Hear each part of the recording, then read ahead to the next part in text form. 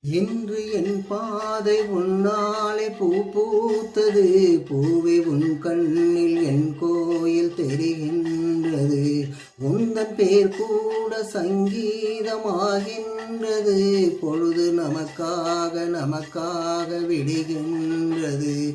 ஓடும் கங்கை நதி இல்லை என்றாகலாம். வானம் நூறாகலாம், யாவும் பொய்யாகலாம்.